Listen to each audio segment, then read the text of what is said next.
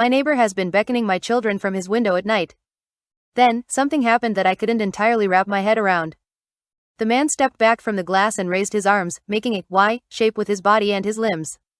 Only, his arms were far too long. They seemed to be double the length that they should have been, each arm about the same length as his entire body. I thought at first that he was holding something, maybe two pipes that just appeared to be an extension of his limbs, but I could clearly see two hands at the ends of the extremities. I could see 5 fingers on each hand, flopping around slightly as the man brought his arms closer to the window. Thud. Thud. Thud.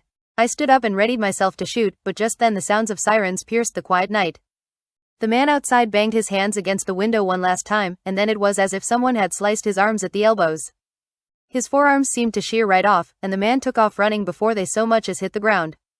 When the police officers announced themselves, I answered the door and explained the situation to them.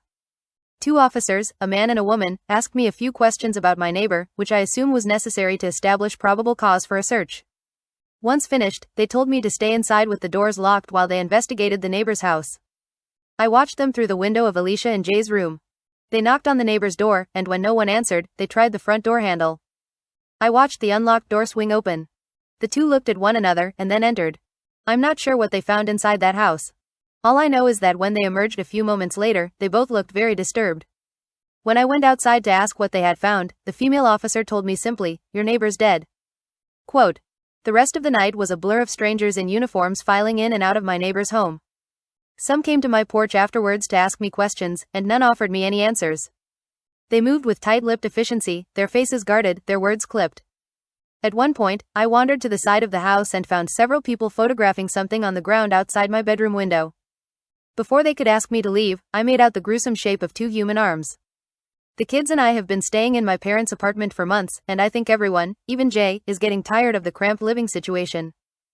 We can't stay in the house. Alicia is way too traumatized for that, and I wouldn't be comfortable staying there while the murderer is still at large anyway. I want to sell the damn house, but our story going semi-viral is making that difficult.